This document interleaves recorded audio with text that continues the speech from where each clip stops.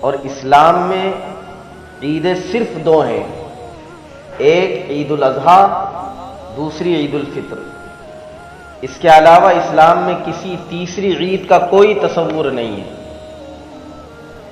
اور یہ جو دو عیدیں ہیں جنہیں ہمارے یہاں میٹھی عید اور قربانی کی عید کہا جاتا ہے، ان دونوں کا تعلق بھی کسی خاص واقعے سے نہیں ہے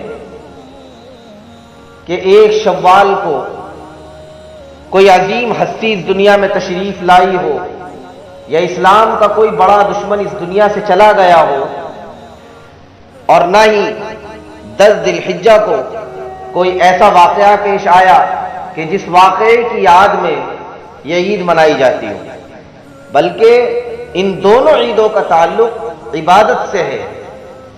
ایک شوال جب بندے رمضان المبارک کے روزوں اور دیگر عبادات سے فارغ ہوتے ہیں تو اب اللہ کی طرف سے انہیں ایک دن عطا کیا جاتا ہے خوشی کا کہ بندو تم نے میری عبادت کی، میرے لیے بھوک اور پیاس کی شدت کو برداشت کیا، اب تمہارے لیے ایک دن یہ خوشی کا دن منایا گیا۔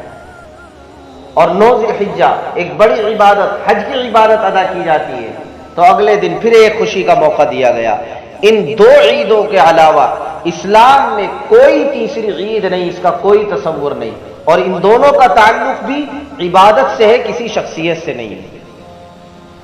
اب جو ربیع الاول کے مہینے میں ایک تیسری عید گڑھ لی گئی ہے، بنا لی گئی ہے، جسے جشن عید میلاد النبی کے نام سے منایا جاتا ہے، اور مختلف قسم کی خرافات اور بدعات اس نام پر کی جاتی ہیں، اسلام سے اس کا کوئی تعلق نہیں۔ یاد رکھیے کہ اسلام میں شخصیت پرستی کا کوئی تصور نہ کبھی تھا، نہ ہے اور نہ ہو سکتا ہے۔ ہمارا عقیدہ یہ ہے کہ اگر اسلام میں کسی کی ولادت پر خوشی منانے کا یا کسی کی وفات پر کسی قسم کے ماتم کرنے کا حکم ہوتا تو ہم یہ بات علی الاعلان کہتے ہیں کہ کائنات میں وجہ کونین جناب محمد عربی صلی اللہ علیہ وسلم جس دن اس دنیا میں تشریف لائے ہیں اس دن ہم جشن مناتے،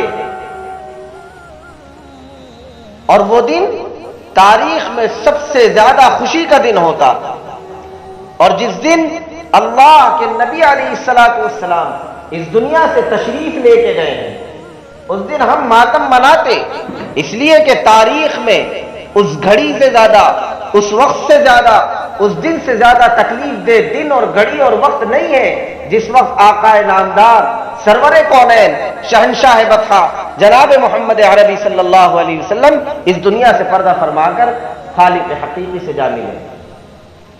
لیکن ہمارے سامنے اسلام ہے، ہمارے سامنے جناب رسول اللہ صلی اللہ علیہ وسلم کے احکامات ہیں، ہمارے سامنے قرآن کی وہ آیت ہے جس میں کہا گیا ہے ما آتاکم الرسول فخذوہ وما نہاکم عنہ فانتہوا، کہ جو چیز تمہیں اللہ کے نبی دے اس کو اختیار کر لو، جن چیزوں سے روک دے ان سے رک جاؤ۔ ہم نے اسلام کا مطالعہ کیا، ہم نے قرآن کا مطالعہ کیا، احادیث نبوی کو پلٹ کر دیکھا، کہیں ہمیں جشن عید میلاد النبی کا کوئی تصور نہیں ملا۔ آپ علیہ السلام کی 63 سالہ زندگی ہے، 40 سالہ زندگی نبوت سے پہلے کی، 23 سالہ زندگی نبوت کے بعد کی ہے۔ آپ علیہ السلام کی 63 سالہ زندگی میں ربیع الاول کا مہینہ 63 مرتبہ آیا، یہ موقع جشن منانے کا 63 مرتبہ آیا۔ آپ علیہ السلام نے اپنی ولادت کا جشن ایک مرتبہ بھی نہیں منایا، اپنے لیے نہ مناتے، کم سے کم امت کی تعلیم کے لیے منا لیتے کہ یہ بھی ایمان کا ایک جز ہے، اور اس جز کی ادائیگی کس طرح کی جائے گی۔ لیکن اللہ کے نبی نے کبھی جشن نہیں منایا۔ قرآن کریم میں اللہ کے نبی علیہ السلام پر درود پڑھنے کا حکم دیا گیا، آیت نازل ہوئی ان اللہ وملائکتہ یصلون علی النبی یا ایھا الذین آمنوا صلوا علیہ وسلموا تسلیما۔ صحابہ نے عرض کیا یا رسول اللہ آپ پر درود پڑھنے کا حکم دیا گیا، ہمیں معلوم نہیں درود کس طرح پڑھیں، آپ ہمیں سکھا دیں۔ اللہ کے نبی نے سکھائی۔ اگر جشن منانے کا اسلام میں کوئی تصور ہوتا، جناب رسول اللہ صلی اللہ علیہ وسلم کے ولادت کے دن جشن منانا کوئی اسلامی طریقہ ہوتا، یا اس جشن منانے کو اسلام سے کوئی لینا دینا ہوتا تو صحابہ جشن مناتے، صحابہ رسول اللہ سے پوچھتے اے اللہ کے پیغمبر جشن منانا بھی تو دین کا حصہ ہے، آپ ہمیں بتائیں کہ ہم آپ کی ولادت کا جشن کس طرح بنائیں۔ لیکن صحابہ نے پوچھا نہیں، رسول اللہ نے بتلایا نہیں۔ اس کا مطلب یہ ہے کہ یہ دین کا حصہ نہیں، کیونکہ دین کا حصہ ہوتا تو رسول اللہ بتلاتے، صحابہ کرتے۔ اس لیے کہ کائنات میں محمد عربی صلی اللہ علیہ وسلم سے جتنی محبت صحابہ کی جماعت کو تھی، جتنی محبت ابو بکر کو تھی، جتنی محبت عمر فاروق کو تھی، جتنی محبت عثمان کو تھی، جتنی محبت علی مرتضیٰ کو تھی، جتنی محبت آپ علیہ الصلوۃ والسلام کے دیگر جانثار صحابہ کو تھی، کل کائنات میں اتنی محبت آپ علیہ الصلوۃ والسلام سے کسی اور کو نہیں تھی۔ صحابہ نے جشن نہیں منایا، صحابہ نے جشن منانے کا کوئی طریقہ نہیں پوچھا۔ مطلب واضح ہے کہ اس کام کا دین سے کوئی لینا دینا نہیں۔ اللہ کے نبی کی 63 سالہ زندگی میں ایک مرتبہ رسول اللہ صلی اللہ علیہ وسلم نے جشن نہیں منایا کہ امت کو تعلیم دے دیتے میرا جشن کس طرح بنایا ہے۔ ابو بکر رضی اللہ عنہ کا زمانہ آیا، 2 سال 2 مرتبہ آپ کی خلافت کے زمانے میں یہ موقع آیا، آپ نے کبھی جشن نہیں منایا۔ آپ کے بعد عمر فاروق رضی اللہ عنہ کا زمانہ آیا، 10 مرتبہ یہ موقع نصیب ہوا، آپ نے کوئی جشن نہیں منایا، کوئی جلوس نہیں نکالا۔ آپ کے بعد عثمان غنی رضی اللہ عنہ کا زمانہ آیا، 12 مرتبہ یہ موقع ملا، لیکن آپ نے کوئی جشن نہیں منایا، کوئی جلوس نہیں منایا۔ حضرت علی مرتضیٰ کا 5 سالہ دور خلافت، 5 مرتبہ موقع آیا، آپ نے کوئی جشن نہیں منایا، آپ نے کوئی جلوس نہیں نکالا۔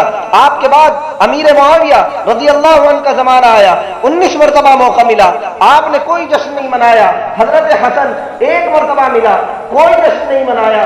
آپ آگے چلیے، ابو حنیفہ رضی اللہ عنہ کا زمانہ آیا، 45 مرتبہ موقع ملا، کوئی جشن نہیں۔ تو جس چیز کا تصور نبی کے زمانے میں نہیں، صحابہ کے زمانے میں نہیں، علماء کے زمانے میں نہیں، مفسرین کے زمانے میں نہیں، محدثین کے زمانے میں نہیں، امام اعظم ابو حنیفہ کے زمانے میں نہیں، وہ چیز دین نہیں ہو سکتا، وہ بدعت ہے۔ اور جو لوگ یہ جشن عید میلاد النبی مناتے ہیں، میرا ان سے سوال ہے، حضرت خواجہ معین الدین چشتی، حضرت خواجہ قطب الدین بختیار کاکی، حضرت خواجہ نظام الدین اولیاء، یا ان جیسے اور دیگر اکابرین جن کی وجہ سے ایک ملک سے دوسرے ملک میں اسلام کی شاخیں اور اسلام پھیلا، کیا ان کی پوری زندگی میں آپ دکھا سکتے ہو ان لوگوں نے اس طرح کوئی جلوس منایا ہو، جشن عید میلاد النبی منایا ہو؟ نہیں دکھا سکتے، اس لیے کہ دین کا اس سے کوئی تعلق نہیں۔ اللہ کے نبی علیہ الصلوۃ والسلام نے اپنی امت کو 2 عیدیں دی ہیں، تیسری کوئی عید نہیں ہے۔ اور اگر انہی کے عقیدے کے مطابق جو یہ جلوس نکالتے ہیں، جلوس مناتے ہیں، ہم ایک لمحے کے لیے یہ مان بھی لیں کہ ولادت کے دن جشن منانا اس کا اسلام سے کوئی تعلق ہے یا بڑا ثواب کا کام ہے، تو آپ ذرا تاریخ کے اوراق پلٹیے، تاریخ پڑھ کر دیکھیے۔